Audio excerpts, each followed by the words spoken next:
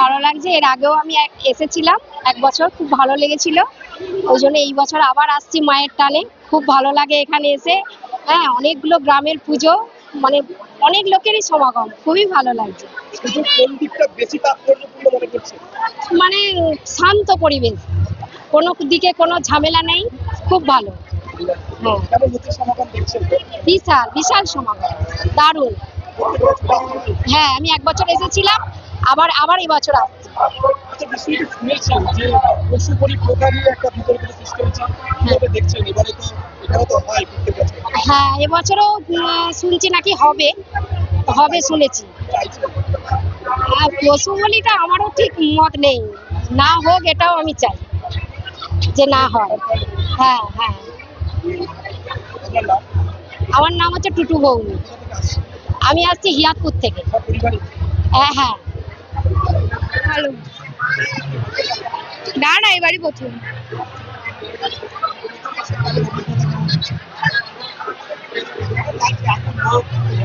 না, ভালোই লাগছে। না না, জামালপুর। হ্যাঁ, দিদির বাড়ি। আর এসে প্রথম একটা অভিজ্ঞতা, আপনার সমাগম, আরো আপনাদের থাকবে? হ্যাঁ, না থাকবো। স্বস্তিকা পড়েন। সব দিক দিয়ে ভালো, আমি ঠিক বলতে পারবো না। আমি এখানে রিসেন্ট এসেছি, এদিকে এদিকে আমি আসি অনেকদিন ধরে। আমি এখানে নতুন এসেছি, আমি বাইরে থাকতাম, আমার এখানে বিয়ে হয়ে আমি এসেছি।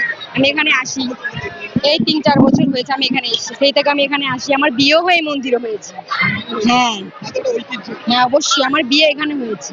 আমি বাইরে, এখানে আমি আহমেদাবাদ থেকে এসেছি। খুব ভালো লাগছে, আমি প্রতি বছরই এখানে আসি।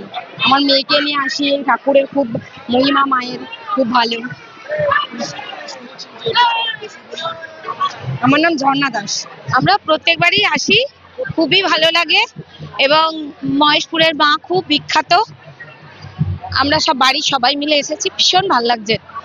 বছরের মতো দেখছেন, এবছর একটু অন্যরকম লাগছে। এবছরে অন্যরকম লাগছে বলতে, প্রত্যেকবারে যখন আসি তখন দেখি যে মাকে সাজানো হচ্ছে বা কিছু।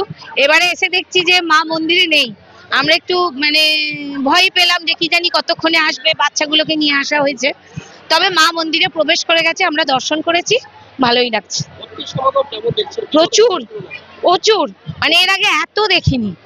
করোনার পর থেকে যেন সব জায়গায় ভক্ত সমাগম একটু বেশি হয়েছে। থাকবে, শেষ পর্যন্ত থাকবেন? না, অতক্ষণ থাকবো না, কারণ ছোট ছোট ছেলে রয়েছে তো। এর আমরা প্রথম থেকেই এর বিরুদ্ধে। পশু বলি একদম, আমার তো মনে হয় না কোনো মা তার সন্তানের বলি চাইবে বলে। এইটা আমাদের মনে হয় প্রথম থেকেই। যেমন আমাদের মন্দির আছে, সেখানে কোনো বলি হয়, রাধাকৃষ্ণের মন্দির, দুর্গাপূজা হয়, আমাদের কোনো বলি হয় না। এই বলির বিরুদ্ধেই আমরা। আপনার নাম? সুপর্ণা মুখার্জি, থেকে আসছে? আরামবাগ সদরঘাট, পুরাতন সবজি বাজার। এটা তো একটা ঐতিহ্যশালী এবং আভিজাত্যপূর্ণ। এটা আমাদের আরামবাগের আশেপাশে যে পুজোগুলো হয়, সেই পুজোগুলো অনেকটাই গুরুত্বপূর্ণ। সেই জন্য এখানে সব মানুষের ঢল, মানুষ যেভাবে আসছে এবং দূর দূরান্ত থেকে, খুবই ভালো লাগছে। এবং এত সুন্দর পরিবেশ এবং এত সুন্দরভাবে প্রশাসনিক এবং এখানে মন্দির কর্তৃপক্ষ যারা আছেন তাদের যে দায়িত্ব, তা খুবই ভালো এবং খুবই আনন্দিত আমরা।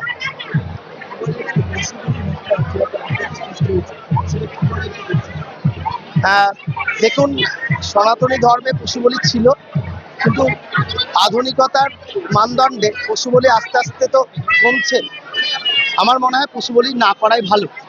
এবার এইটা সবাই মিলে বিজ্ঞানসম্মতভাবে, কারণ মা সবসময় সবাইকে ভালো রাখার চেষ্টা করে, তাহলে সেই পশু বলিটা না হলেই ভালো হয়। কিন্তু এটা একটা সনাতনী ধর্মের সঙ্গে যুক্ত, ঠিক আছে, সেই কারণে পশু বলি হচ্ছে।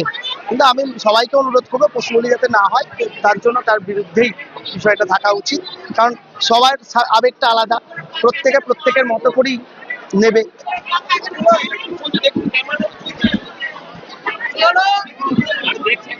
প্রত্যেকের মতো করেই হবে এবং সবার আবেগটা কাজে লাগিয়েই আমার মনে হয় আস্তে আস্তে সবাইকে বুঝিয়ে এই পশুগুলির বিরুদ্ধেই রাখা উচিত। আমার নাম হচ্ছে শিবসেন ঘোষ, আমার আরামবাগে। সোনার ছোঁয়ায় বদলে যাক আপনার বিশেষ মুহূর্ত। বিয়ে, অন্নপ্রাশন, জন্মদিন কিংবা যে কোনো উৎসব ও উপহারে আপনার সাজকে আরও রাজকীয় করতে নিয়ে আসুন সেরা গয়নার সম্ভার।